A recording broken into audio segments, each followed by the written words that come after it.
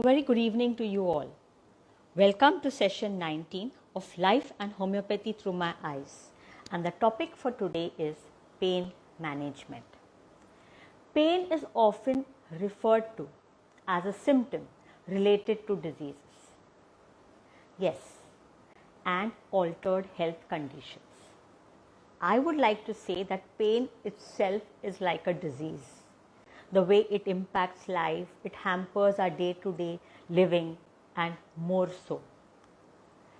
Pain is troublesome, it is unpleasant, it is uncomfortable and also most feared.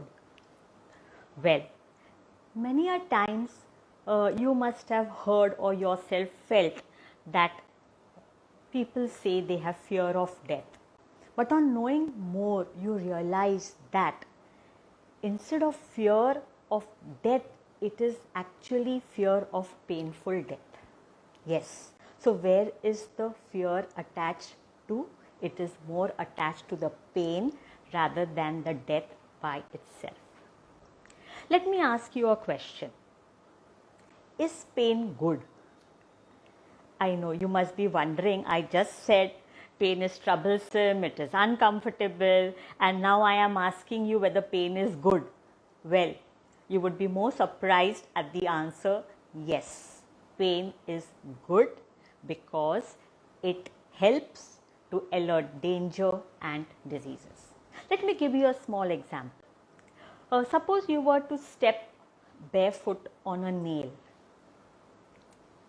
The pain that it elicits would create a reflex by which you would pull your leg back, thus preventing further injury. Or if injury has happened, you would take care of it. You would take measures towards it.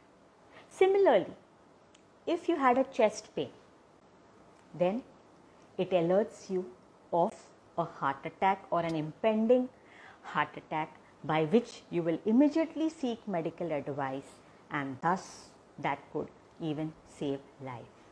So in that way, if you say pain is good. Now often it is seen that when pain is acute, which I mean to say if it is severe, if it is sudden, and often this type of pain is related to serious diseases or conditions. Alertness is there and medical measures are taken in consideration. You will seek medical advice. But in case of chronic pain, pain which has been there for long, which has been persistent, you often tend to ignore. Well, to know more about pain, we were to have on our session Dr. Kritika. But due to technical glitches, she is not able to join us. Maybe we could cross our fingers and hopefully things get sorted out and she could be there. But viewers, these type of glitches, obstacles, hurdles are a part of life, isn't it? They are the windows of opportunity, rather, I would say, as Robin Sharma puts it. So, the show must go on. In other words, the session must go on. With a wonderful audience like you all, I am sure we could have an interactive session and we could take it ahead. Yes, for viewers, I am Dr. Prabha Acharya from Global Homeopathy, and I have been practicing homeopathy for the last 3 decades. We cater to patients from within Mumbai, India and across the globe. Well, it's difficult to introduce yourself more. It is easier when you have to introduce your guest, isn't it? But we shall take it ahead and we shall discuss with more interactions, topics like different types of pain and the location the pain is in, which guides us to various diseases or gives us a clue to various diseases. Then we shall also talk about what emotional pain is all about. Going further, we will discuss about tips of how to sleep well in spite of pain. And we would then end the session by ways in which we can use our mind and body to control the pain. So let's get started, viewers, and I thank you for being there week after week, session after session, giving us feedbacks and suggestions, because of which we come to various topics. So viewers, where pain is concerned, many a times when you talk about pain, you talk or you add a character to the pain. You would say throbbing pain, pricking pain, sore pain, piercing pain, pulling pain. So many different characters pain could be attached with. Now let me tell you, take for simple example, a throbbing pain. A throbbing pain is more related to when the artery, the blood vessels are pulsating in addition. It may be an inflammation at a particular place. Also, throbbing is attached to when you get a headache. You would say, I'm having a throbbing headache, and you could feel the arterial pulsations over there. It could be related to an abscess, infection where you will find pus is collected, and you would call that a throbbing pain. Now, if you see, sometimes when you talk about pain in the throat, you refer to it as, I have pricking pain in my throat, isn't it? So different characteristics of these pain, even like sciatica, you would call it more like a pulling pain. Or people who suffer from fissure because of constipation, hard stools, they would complain more of like tearing pains. Again, pricking pains also would be one of the characteristics related to the pain. Now, when we talk about location as to where the pain is, that also guides us to what organ or part could be affected. So, take for example, if you have pains in your small joints, you know it could be more related to rheumatoid arthritis. If your pain is in the chest area, it could be related to heart conditions or even stomach conditions at times, because both are located in close proximity. But remember, it's for the doctor to decide what it is, so that nothing goes wrong and the diagnosis is right. It's not for us to take care directly as, oh, this is this pain, so I need not worry, oh, this is this pain. But all pains need medical attention. Yes. Talking further about these pains, if it is related to the abdominal area, if it is in the right upper abdomen, then it is more related to the liver, the gallbladder. If it is in the right lower abdomen, we know it is more related to the appendix. If it is in the left upper abdomen, more related to the stomach. Well, and so on.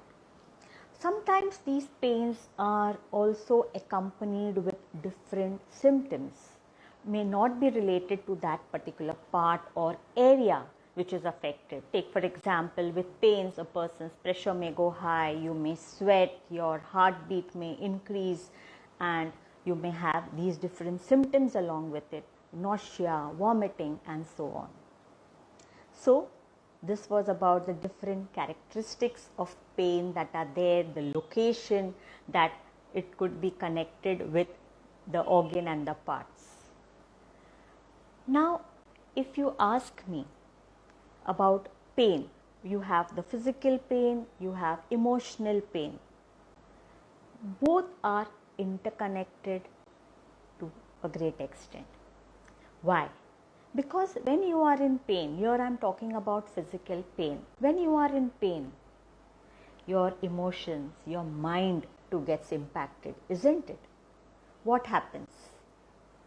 You feel agitated, you'll get angry, you will throw tantrums, you may feel very sad, and different emotions could be attached to your physical pains.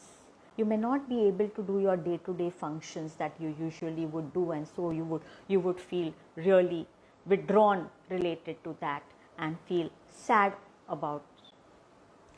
Now, what is emotional pain? So that we connect both of them together. Emotional pain is more related to hurt. It is more about the pain which is caused or inflicted by others, or it could be the pain related to situations. it could be loss of loved ones, grief related to it, or it could be pain related to something that you have not done, you wanted to do in terms of regret, guilt, or you did something wrong. So these are the different types of emotional pains too. Remember viewers, we as human beings have different types of emotions. Can any of you tell me a few emotions that we human beings usually have or we may express at times? Yes, two, three emotions. Some of them I've already spoken about. Anything other than the ones which I have spoken? Yes? Okay. So, now we are talking here more of negative emotions. Okay. So, it would be anger, sadness, grief, jealousy. So, these are the negative emotions which are there and they are common. We are talking more on negative emotions. That is why I didn't speak about love or joy. So, we are speaking on more the things which impact us. Yes, hurt, very true. So, what happens when we are having these emotions? To a certain extent, it is normal, and we being humans, we tend to face these type of emotions, right? But when these emotions persist, prolong, they impact life, they impact our day-to-day function. So much so that they make us withdrawn, we isolate ourselves, we feel lonely. So these type of things when happens attached to emotional pain is when it is time to seek help. Let me tell you, it is not only these symptoms that we come up with or sign. Now when I talk about symptom and sign, we will talk about it a little later when about what is the difference between the two. That is, now when we are talking about more symptoms related to emotional pain or signs also related to emotional pain, you will find people with emotional pain getting into addictive habits. It could be alcoholism, drugs, excessive smoking. Sometimes they get compulsive behaviors. It could be shopping, gambling, and so on. So this is what emotional pain causes and impacts a person, especially when it persists, lingers, and we do not address the pain. Well, I was talking about signs and symptoms. The simple difference between the two is that symptoms are more subjective. It is what I feel, what I experience, and it may not be seen or perceived by the other person. Take for example a headache, a backache, back pain. So I would know what is happening. Sign is something which is more objective and the person can see and see you. It could be even if you are having the pain, but depending on your expression, depending on your movement, the way you sit, stand or walk, it could then become a sign of you being in trouble or you being in pain. So that's a simple difference between sign and symptom, where sign is more objective, symptom is more subjective. Sign is when it is which can be perceived by other people, and symptom is something which you yourself feel and experience. Well, so now let us talk about, or let me say what tips we can have if a person is in pain and needs to sleep and is not able to sleep. Other than seeking medical attention, which is at the forefront, right, to address to pain, to the disease that is connected to it, or the altered health condition that it is connected to it. Other than that aspect, what else can you do so that you could sleep better? First and foremost, I would say all the basic tips related to good sleep is very important. In addition, then we can talk related to the pain. Now when I say related to sleep, what would help you to get a good sleep? Well, this could help even those people who are not in pain but who are suffering from insomnia and they find it difficult to sleep. It would even help them.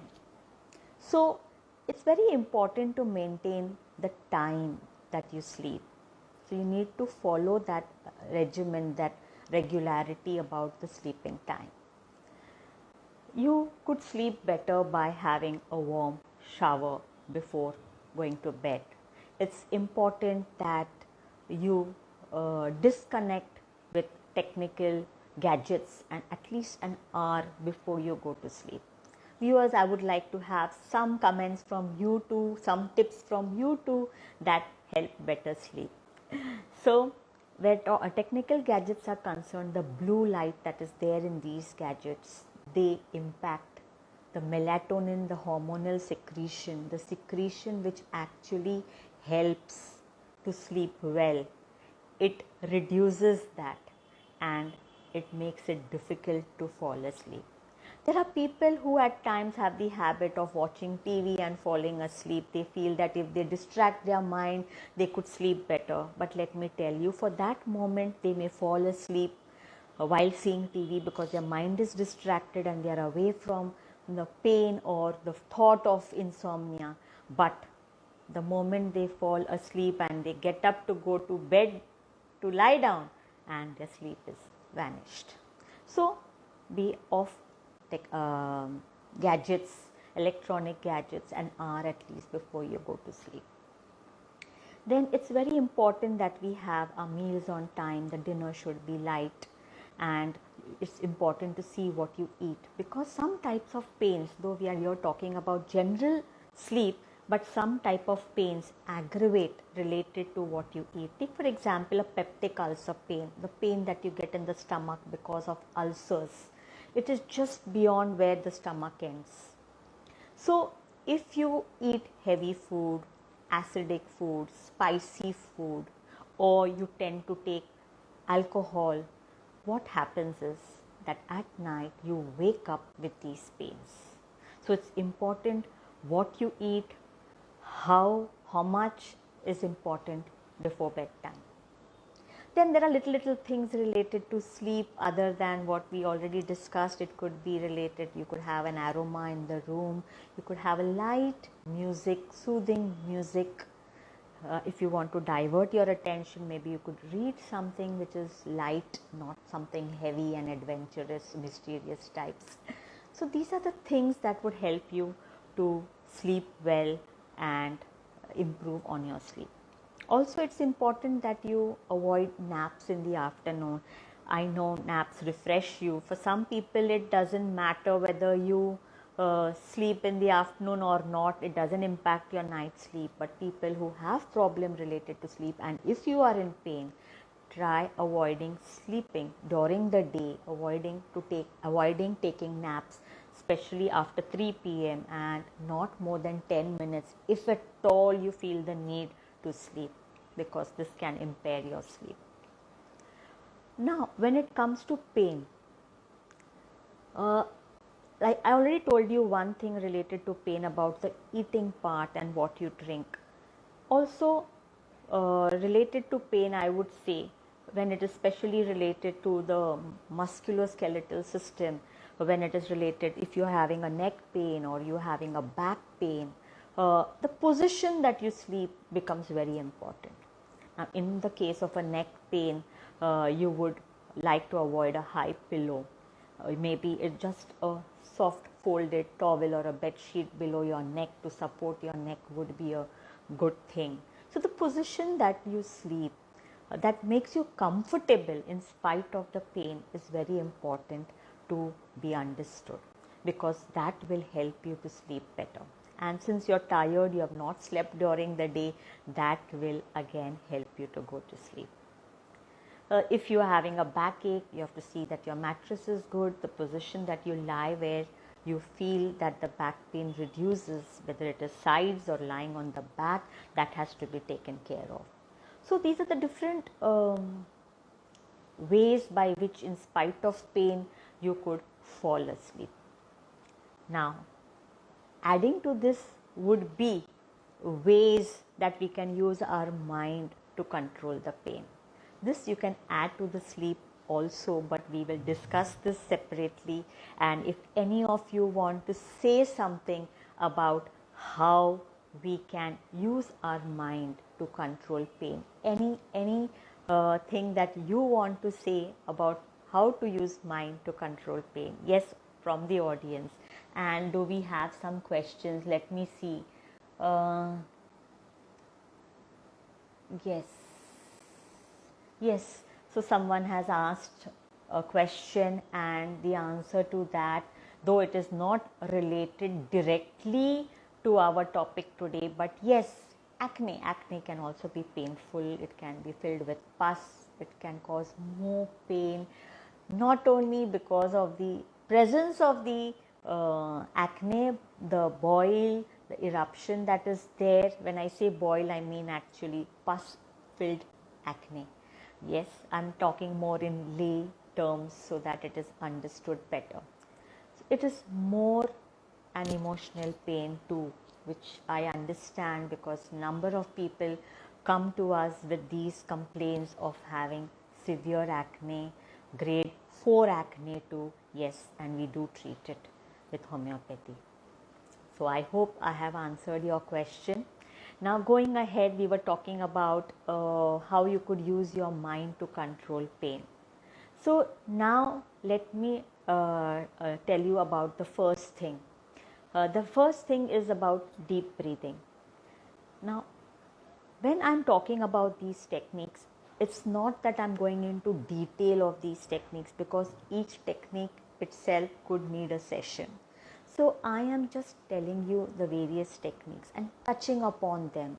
It is important that you get in touch with a person who is into this regularly, a teacher, person who practices regularly and teaches would be the best person to guide you.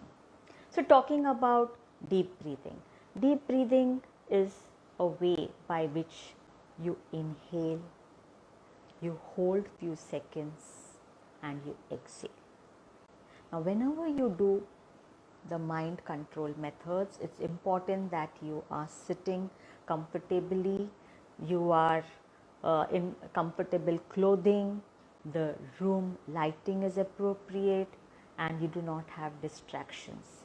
It will help us to do it better so that it can actually benefit us from what we are doing. Otherwise, you would say that I did it, but it did not help. So the environment in which you do, how you are placed is also very important. So this was about deep breathing, where you inhale deeply, you hold few seconds, and you exhale. You do this for around say 15 minutes. When you inhale and exhale, you could use words or phrases like, while you're inhaling, you could say in, hold, out, or breathe in, hold, breathe out, and so on. Going to the next mind control technique, we are talking about methods which help to alleviate, to subside our pain, to control them, to treat them, and at times even cure pain. I will talk about this a little later, how these techniques can help to cure pain also. So the next method would be relaxation. Now in relaxation, what is it exactly? Again, the basic remains the same, that you are in comfortable clothing, the environment, the sitting position. You would breathe in, you would concentrate on your breath. You would concentrate on your breath, you would try to relax your muscles from head to toe. And you could let your thoughts come and pass by. Don't hold on to your thoughts. Let them come, be aware, and let them pass by. Again, come back to concentrating on your breath. So while you have relaxed your muscles from head to foot, you are also concentrating on your breathing.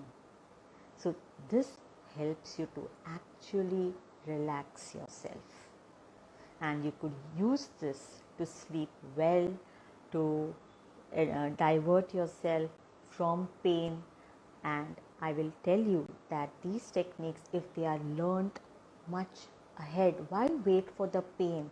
Why can't we learn these techniques and use them into our regular life and take them ahead and use them as tools as and when needed?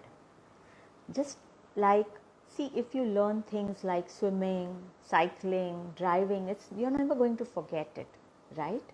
But these techniques, if you practice, it will help you to have a healthy living, and you can use them to your advantage much better when you are in pain, because it gets difficult to suddenly use them when pain strikes, right? So we need to be all learning these techniques already and not wait for the pain to come in.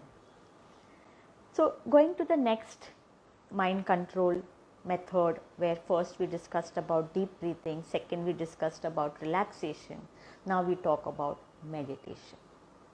I think meditation is very easily spoken about, easily said, but difficult to do. I too struggled a lot with meditation, and I tried, I practiced, and I thought I got it, but I realized that it was not the right way, and that was not actually meditation. I'm talking about a few years back, and I got the exact way and method when I joined Vipassana meditation. So you have different types of meditation, whichever suits you. Learn it from a person who regularly practices it and teaches it. Again, I'm saying that so that you can pick it up better and you can actually make use of it. So meditation is something which I do not want to talk at length with. It is not very easy to speak about it, but it has to be understood and learned from the right person. Because you have different types of meditation. Some like a guided meditation. They like to listen and have you like to be guided during this meditation process. So you have different techniques and methods related to meditation. Now, since we are talking about the mind control methods, let me tell you something about the pain which I missed out. Okay, because people react to pain differently. Different people react differently. It will be based on different factors. It would be your genetic makeup, it would be your emotions at that time, it would be your personality, the lifestyle that you are leading, and all these things come into play. Because, like, simple example, I already told you about lifestyle. If you are into consuming more alcohol, or you are in the habit of smoking, late night parties, eating late, so these peptic ulcer pains tend to aggravate related to these type of lifestyle. Then when I spoke about personality, you have some people who overreact, or you have people who underplay when they are in pain. So these are the different ways how which people come up or react or are sensitive to pain, because it's not the same with everybody, even if it is the same disease. Okay. So going ahead, this was something which I missed and I have added upon now. So going ahead, another technique I would say, which I think the youngsters would take it well compared to we telling them about meditation or relaxation. This technique now, the next one coming up, is mindfulness. This is something which will go well with the youngsters. So what is mindfulness? Here it is about doing things with, or being present with what you are doing, and you can take up things which you enjoy, something which is a passion. It could be painting, it could be gardening, it could be cooking. You know, the mandala drawings that are there, you need focus, you need concentration, and your mind is completely involved in it. So when you're using your senses into doing something that you like, something which is your passion, it really helps you or diverts you from the pain. So practicing mindfulness is very important. I would like to say it is mindfulness should be practiced in everything that we do. Then our memory and concentration will also get better. Simple thing, many a times, don't you experience that you kept something just some time back, but you don't know where it is. Why? Because you were thinking something else while you were doing something else. So mindfulness was not in it. You were not with what you were doing, and that is why we tend to forget. Even when we are eating, we should be mindful of what we are eating, how we are eating. That is why it is said that when you eat, you should not eat while watching TV. You should concentrate on what you eat, how you eat, and so on. So this was in short about mindfulness, and this is something that we should practice every day in our lives, every time while we do different activities, okay, as we go through the day. Some of you suggested very beautifully, yes, yoga. Yes, that was Kusum. Yoga is another technique. It's a mind-body technique, I would say. It helps at both the levels. This is something which is my favorite, absolute favorite. Sorry. And this involves stretches, poses or postures, and hand body movements which are there. During these hand body movements, the asanas, what you call it, the exercises that are there, even your breathing is involved, related to the exercises. In particular position you breathe in, particular position you breathe out, and so on. So you are concentrating on your breath while you are doing these exercises, and you are coordinating between your mind and body using your breathing technique into it too. So it really helps you. Yoga not only helps you physically, it helps you mentally too. So this was about yoga, and going ahead, the last one which I would say here is positive thinking. Right. So again, when you are in pain, only negative thoughts come to our mind. Oh, why this to me? Why I am suffering? And so on. These are the common feelings that are there, that this is the end of life. Yes, I know I will not be able to do anything further, and this is what it is going to be. When I'm talking about people who are suffering from arthritis and they feel now I will never be able to walk well, or I always wanted to do or pursue certain athletic activities and I will not be able to do it, and you start thinking negative. Well, we need to, on a regular basis, first thank all that we have in our lives. Everything. I would say it is nice to maintain a diary, a journal of all the blessings that we have in our lives. This will automatically help us to be positive and take care of all the negative things that are happening, and they shall pass too. Remember, it is temporary and it shall pass by. Now, you must be wondering, I did not speak anything about homeopathy, though I have been practicing that. That is what I have been doing well. But I wanted to speak something which is holistic, something which is very close to my heart, and I instill or I stress quite a bit on lifestyle changes and these mind-body control methods to all patients too. It's like, let homeopathy be the icing, I would say, and this is the cake, and let us eat it today.